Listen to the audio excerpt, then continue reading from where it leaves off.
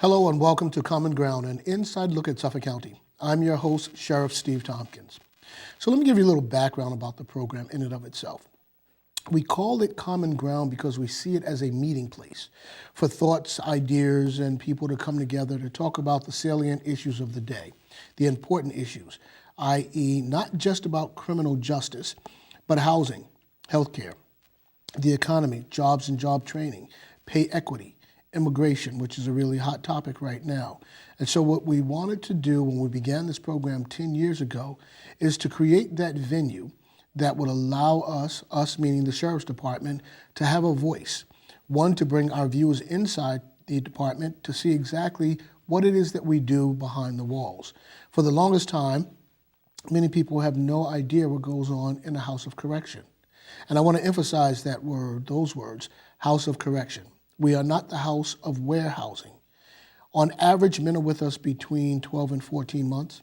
Women are with us between 6 and 9 months. So everybody that comes to stay with us for a while is going home. The question is, what do we do to help them improve their station in life and reduce the chances that they will recidivate or come back?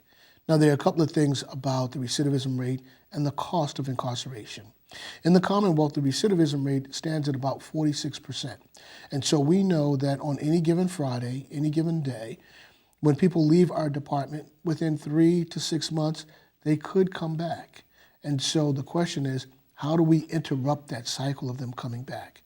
Well, in the absence of jobs, housing, healthcare, people sometimes fall back in with the crew that they ran with. Sometimes they fall back on hard times and things go awry and they come back to visit us. And so we really try to work mightily to keep them at home, particularly if they have kids, family at home. We don't want them to come to our department. The cost of incarceration stands at about $50,000 annually per individual. On any given day, I have over 1,000 individuals. Now, the majority of my population is men. We probably only have about 80 to 100 women, but that's 1,000 people times $50,000 a year. You do the math. That is a lot of money. And so what's happening across the country, beginning in red states actually, is how do we address incarceration? How is it that we can work to keep people out of the criminal justice system and keep them at home?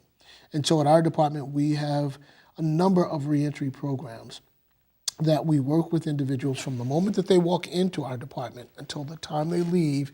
We put together what's called an ISP, or an individual service plan. When you go to jail, you go through something that's called classification. And during that classification period, which generally is the first 2 weeks or so of being incarcerated, we get as much information about you as possible, i.e. Employment, housing, whether or not you have health care, if you have kids or family at home and they need some sort of assistance and some help. In that way, once we have a good picture of who this individual is, we can work with them. Unfortunately, because of the scarcity of mental health beds and substance abuse beds, if a guy or lady does something wrong, they then are sent to see us, you see. And so these days, correction systems are the de facto mental health facility, substance abuse facility, and in some instances, the de facto education system. And so we have to look at what we do in a holistic way so that we can really address the baseline difficulties with which any of these individuals are suffering from. Now, the thing about the Commonwealth that I particularly enjoy is across the country, sheriffs are also the police. In the Commonwealth, we are not. You know, in Suffolk County, I have jurisdiction over Boston, Chelsea, Winthrop, and Revere, approximately 762,000 residents. So we have the Boston Police and the Chelsea Police Department, Revere, and Winthrop Police Department. That allows us meaning the Sheriff's Department, to work more in the capacity of social work, which I find fascinating, which I find really thrilling and exciting, because at the end of the day, we're trying to save lives. Now, police do an awesome job, and I stand in awe of what they have to deal with every day. But I also believe that corrections, when done properly, is also one of those things that really is meaningful and will have a serious impact on society. So just to backtrack, $50,000 annually to incarcerate an individual, 46% recidivism rate for people coming to our department. We are the de facto mental health, substance abuse, and in some instances, education system. We have over 1,000 individuals with us on a daily basis. I also have over 1,000 employees that run the system. We are a 24/7 operation. We never close our doors. We are always open. Now, the distinction between a county department and a state department is that if an individual is sentenced to 2.5 years or less, they are then sent to a county facility. There are 14 sheriffs across the Commonwealth. If your sentence is 2.5 years or more, then you're sent to a state facility. What happens a lot of times, though, is as people that are in the state system are cycling out, we have engaged with the state system in something that we call the step-down program, where individuals who have been away in a state facility for quite some time, as they're about to transition out of jail altogether, they will be sent to a county facility. Reason being is we have a number of partnerships with a myriad of social service agencies. And so not that the Department of Correction doesn't have the same thing, because I believe they do, but on the county level, we are more boots on the ground, and we can get these individuals in front of the people that they need to see almost immediately. And so therefore, working in this capacity really is one of those things that benefits the Commonwealth, benefits the taxpayers, and benefits the people that have come to stay with us, particularly if we can get them turned around, help them improve their station in life, and are no longer guests of ours. So I'm sure all of you are familiar with this opiate scourge that is running rampant throughout the United States. We are the de facto substance abuse facility. Almost 65 to 70% of my population, inmate population, is suffering from some form of substance abuse. And so we thought that it would make a lot of sense if you, the viewing public, actually heard from some of the inmate population as to how they fell into drug abuse and what they're doing to get out of using drugs. Singer. I wanted to be a singer when I grew up. I wanted to be like my father. I just wanted to be happy, go to work, come back, take care of my family, and just live happy. Growing up, I wanted to become an EMT. I wanted to be a school teacher or a lawyer. I wanted to become a history teacher. When I was younger, the only thing I really wanted to do was, when I got older, drive 18-wheelers, tractor trailers, and go across the country. Either a veterinarian, or I always wanted to be an airline stewardess. I mean, first off, I wanted to race dirt bikes professionally, but that wasn't realistic. Growing up, I wanted to be the Queen of England. I still want to be the Queen of England. My dreams started to fade when I started hanging around with the wrong people and started doing stuff that I wasn't supposed to do, like drinking and smoking weed.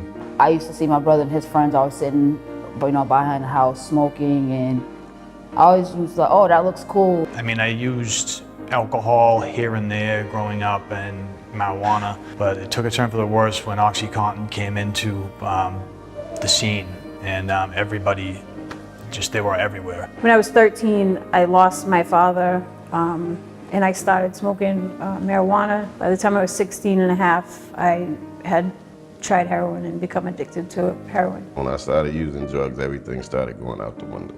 I didn't even think I had a problem till I physically started to need the drug. You know, it takes over your life. It's a disease. I began to walk around and use guns to take things from people, rob people, do things that I need to do to withhold and upstand my addiction, and it really messed up my life big time. I lost my wife, who's my ex-wife now, my kids, jobs, my freedom by coming back and forth to jail.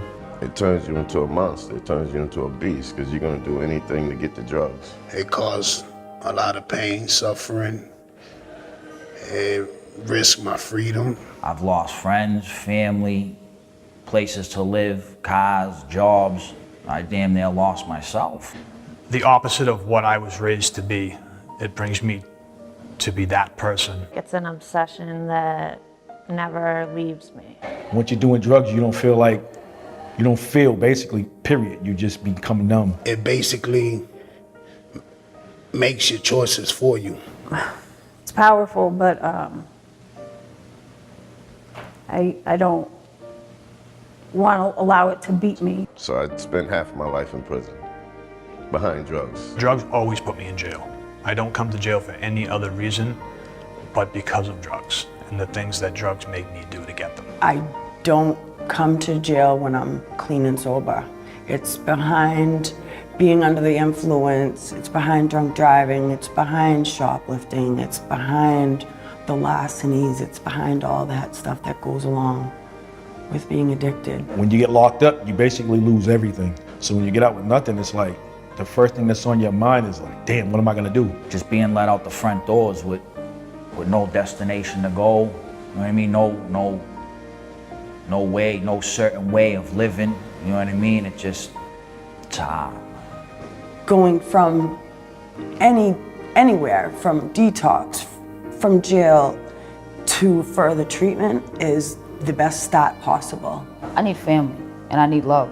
I need to know that I am somebody. I guess I would just need to be working with people who don't look at me like I just got out of jail. They look at me like, you know, I have dreams. I just need guidance and help getting to where I want to go. As long as I, be committed to, going to counseling and doing what I have to do and surround myself and have a foundation around people that are doing the things I'm doing, staying clean, I'll be all right. I need a structured, sober environment to help me, because I don't know how to live like that on my own, I've been living one way and one way only for so many years. That's all I know, I envision my life like, first stay clean, first and foremost stay clean. I would like to go to school so I can become an addiction counselor. Going forward, what I hope for myself is that I reunite with my family, especially my kids, who probably suffer the most. That would mean the most to me. I hope to be someday just basically be able to provide for my family and be there for when they need me. I want to maybe have a career, have a job, be financially stable, start a family. I want to go and I would actually like to help kids that are going through what I did go through as a kid. They need help and understanding, and I didn't have that growing up. I'm a good man, but I want to be a good sober man, and that's one of my main concerns is just, living sober.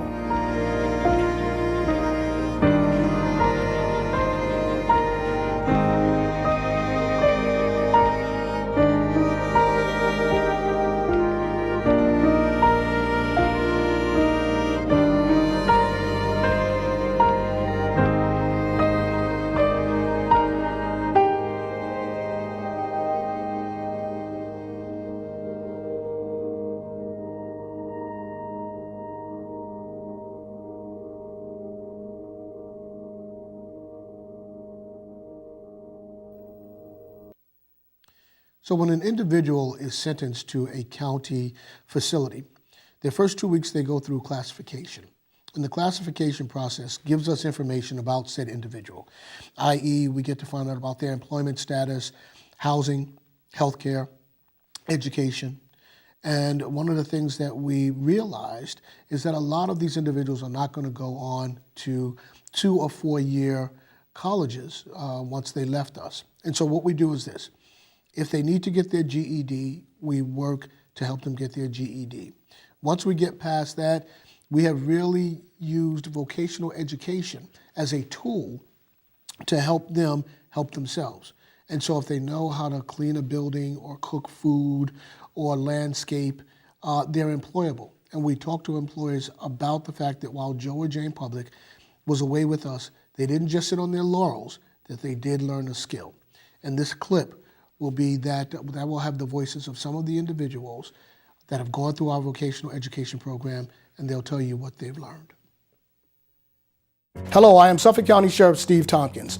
As the Sheriff of Suffolk County, my charge is the care and custody of those remanded to our facilities by the courts. On average, my inmate population has a 5th or 6th grade reading and math proficiency level, and few of them arrive at our door with marketable job skills. In 2005, I created the Common Ground Institute that has a bi- or twofold mission. The first is to help those who don't have a GED get their GED.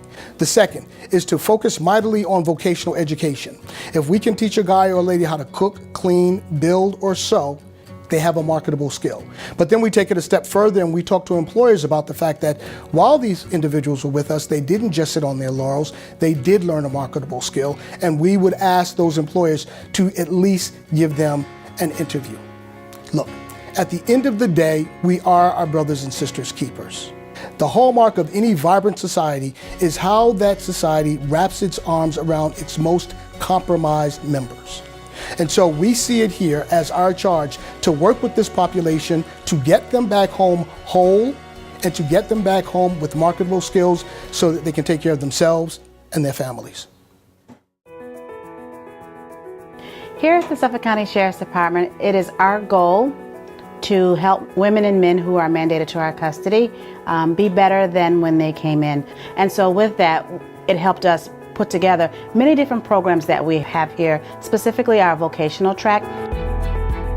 The Common Ground Institute is an institute that the sheriff developed approximately 9 years ago. We have 15 inmates in the class. They get their 10-hour OSHA card. They're taught landscaping skills.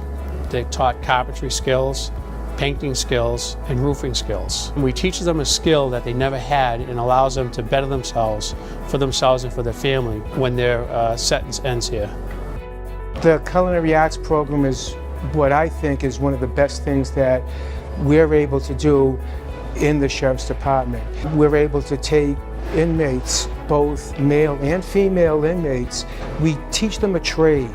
And they're able to take that trade and they're able to use it when they get out. We want to give them a skill, a useful skill, so that they're going to leave here and they're going to be a thriving and they're going to be a fulfilling member of the community. The programs, I think, keep them super busy. They keep them motivated. Their self-esteem boosts immensely, and they feel proud that they're actually starting something and finishing. We have the Common Ground Institute. We have the Culinary Arts program. We have the Graphic Arts program. We teach them computer literacy, computer keyboards. We started a new basic auto class. They teach the upkeep of automotive so they can go out and get a job at Jiffy Lube in one of those places. We just started currently a new small engine repair class. We're teaching them how to maintain and repair lawnmowers, snow blowers, weed whackers. We have an urban farm. That urban farm this past season pulled out over 1,800 pounds of vegetables. We're looking to expand our vocational program tenfold than what it was in the past. Completion of programs here, sometimes it's the first time they've ever completed something in their entire lives. And we're hoping that they will start emulating these good practices and take them out into the community and into their homes and into the workplaces. I've been here for 25 years, and it's only under Sheriff Tompkins that I actually saw a person who actually cares about actually changing a person's life. Because so many times in the past 25 years have I seen the doors out there become revolving doors. But underneath Sheriff Tompkins, I've seen a change because I've seen these programs, I've seen the enthusiasm in these people taking these programs and saying, you know what, I want to change my life.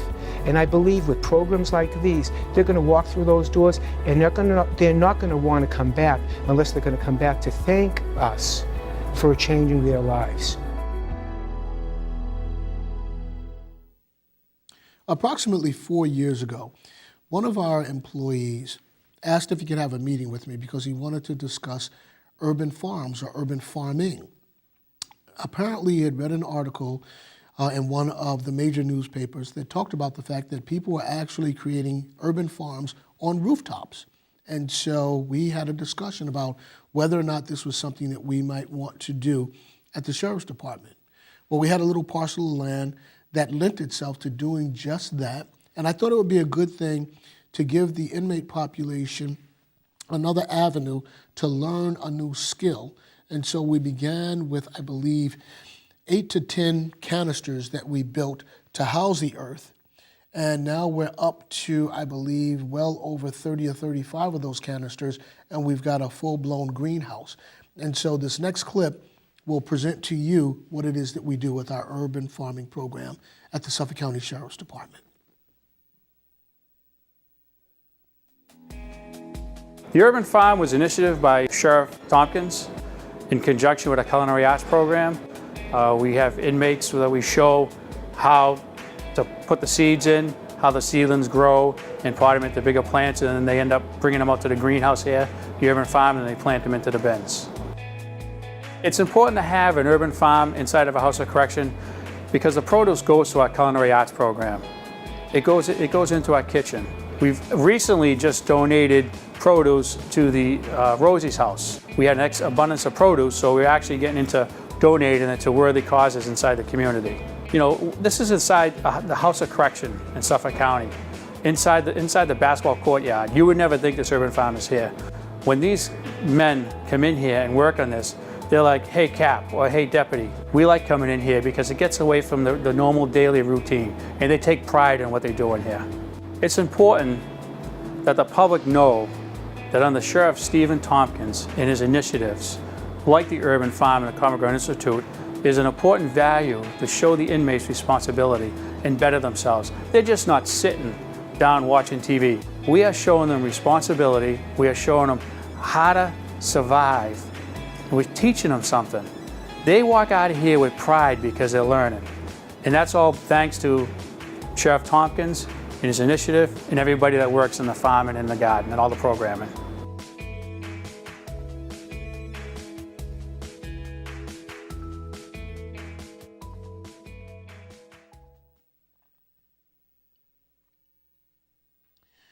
So I entered the Suffolk County Sheriff's Department back in 2002 with my predecessor, Sheriff Andrea Cabral. And this was on the heels of a rather scathing commission report that talked about some of the ills that the department was suffering from.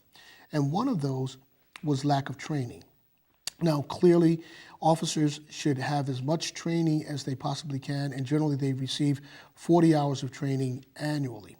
This clip is going to show you what our Officer Academy, which is a 12-week academy, looks like. Some of the things that our cadets, frankly, and that's what they're called, experience while they're going through this 12-week training before they actually assume their post as officers at the Suffolk County Sheriff's Department.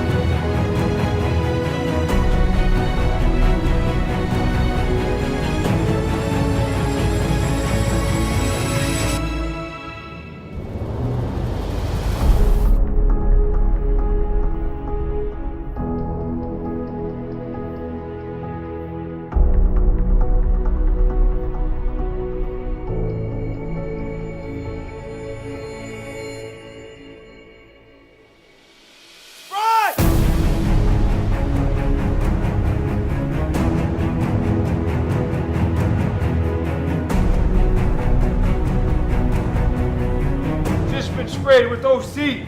I need immediate attention and medical assistance at 180 Crescent Ave.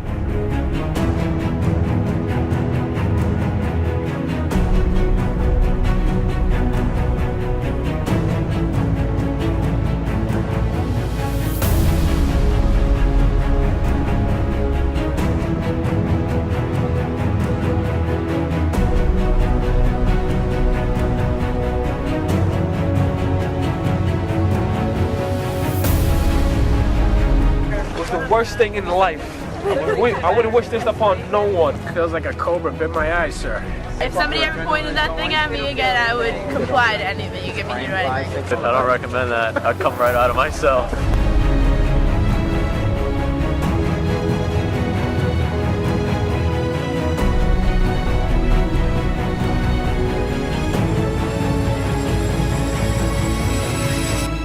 How was it? More an answer? Sucked!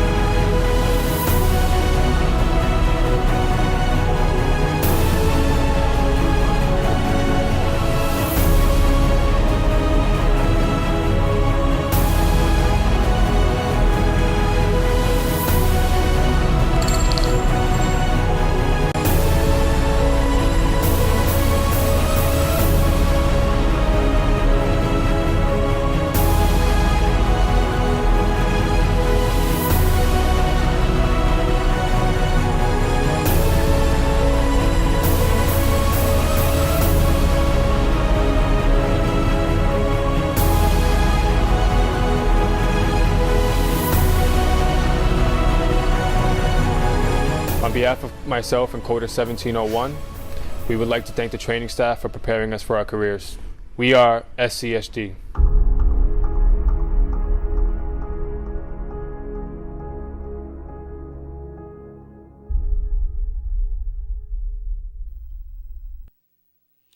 So a corrections facility is actually like a small city. And everything that happens outside of the walls also happens behind the walls.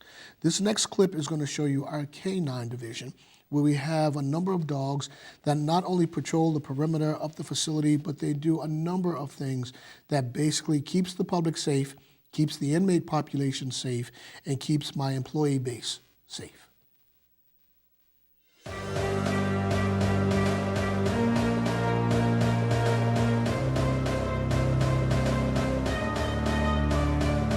Hi, my name is Cornell Lewis. I'm a lieutenant with Suffolk County Sheriff's Department, and I'm a K9 supervisor. The dogs are basically a locating tool, so our job is to look for narcotics. Deputy Julie Wilder works at an American Labrador. He's trained for single purpose, meaning his only job is to search for narcotics, whereas the other dogs, which are patrol shepherds, are trained more for protection purposes and for narcotics detection. The dog is trained to apprehend, which apprehend is to basically to bite, to go after a bad guy. For something like that, it would be you committed a serious crime.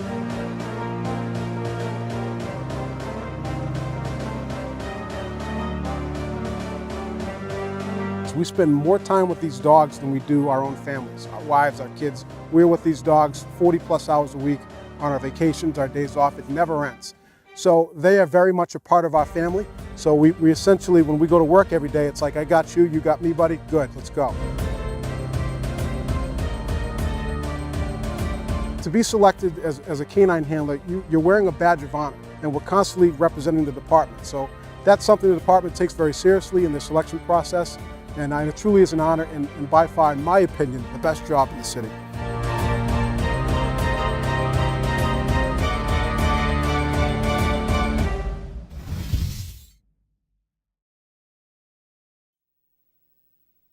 Three years ago, we began a summer internship program for high school juniors and seniors that are interested in public safety or law enforcement.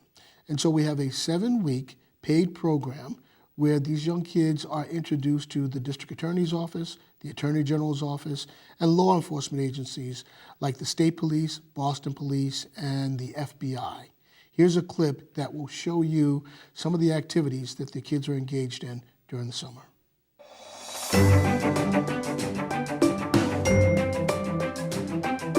I applied to the summer enrichment program because I was really interested in law enforcement and politics. I chose to apply to the summer enrichment program because I thought it was a great opportunity to have hands-on work at the Suffolk County Sheriff Department and also guide me to what I want to do in college. I applied to the program because I was interested in a career in law enforcement, criminal justice, and that whole field, and I looked to find a better understanding of what I wanted to do. I remember we visited the U.S. Marshals, we visited the mayor, we visited the governor at the State House. It was an awesome experience. We got to see, a lot of the inside work, behind the scenes stuff that you don't normally get to see. You kind of get to experience almost every field of criminal justice and of law enforcement there really is out there. This definitely helped me to understand that, yes, I want to be in this field and the responsibility of being in this field. I met so many people from different walks of life, not just the professionals, but my peers as well. I learned a lot about a lot of the good programs they have going for the inmates and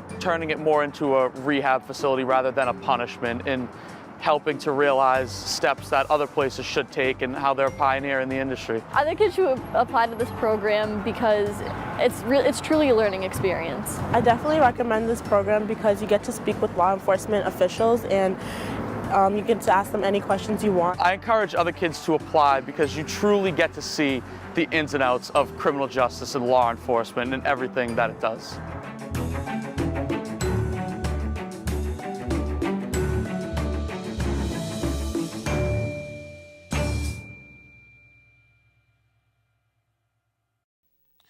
So there you have it, an inside look at what goes on a day in and day out basis at the Suffolk County Sheriff's Department. If you'd like more information about what it is that we do, please go to our website, www.scsdma.org, and you'll find all the information that you need to know about our department. Until we meet again, I am your host, Suffolk County Sheriff Steve Tompkins.